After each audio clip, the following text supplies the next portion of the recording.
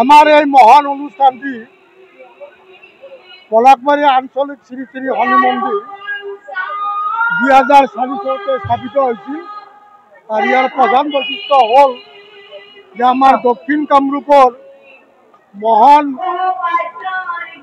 প্রয়াত মিনি চৌধুরী বাইদেউর তৎপরতাত বাইদেউয়ে কৈছিল যে বৃহত্তৰ পলাশবাড়ীত সকলো প্ৰতিষ্ঠান ধৰ্মীয় অনুষ্ঠান গড়ি উঠিছে, একমাত্ৰ শনি মন্দিৰ নাই।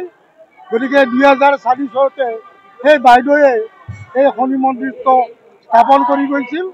আৰু তেতিয়াৰ পৰা আজিলৈকে অগণন ভক্তৰ আশীৰ্বাদত আজি আহি 22 বছৰত পৰিপূৰ্ণ হৈছেহি। আৰু আজি ৰাতিপুৱাৰ পৰা অগণন ভক্তৰ সমাগম ঘটিছে।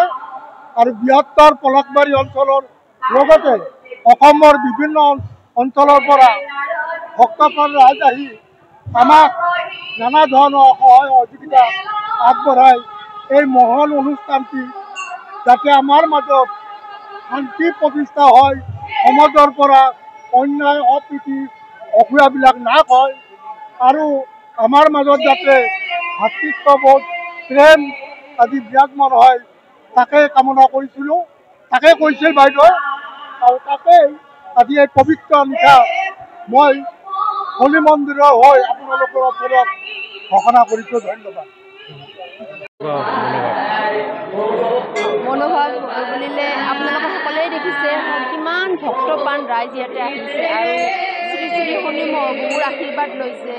আৰু মোৰ মনৰ অনুভৱ বুলিলে মই আমাৰ ইয়াৰে ওচৰৰে সজিলাপুৰ গাঁৱৰে আছিলোঁ আৰু এই মন্দিৰতে মই বহু বছৰ ধৰি পূজা কৰিছিলোঁ। এতিয়াও মই এই মন্দিৰতে আহোঁ আৰু এতিয়া আপোনালোকে দেখিছে আজি 5 বছৰৰ পৰাই অগণন ভক্তৰ সমৰ্পণ হৈছে আৰু এই পূজা ভাগ আৰম্ভ কৰিছে। তো মই সমূহ কৰ্মকৰ্তা আৰু উদ্যোক্তাসকলক ধন্যবাদ জনাইছোঁ আৰু এই মহাপ্ৰভুৰ আশীৰ্বাদ লৈ সমূহ ৰাইজে যেন ভালে কুশলে থাকে তাৰে কামনা কৰিছোঁ আৰু এইখিনি কৈ মই যিহেতুকে আপুনি বহু বছৰৰ পৰা ইয়াত পূজা চাইছে, যোৱাবাৰত এইবেলি কিবা ব্যতিক্ৰমী দেখিছে নেকি?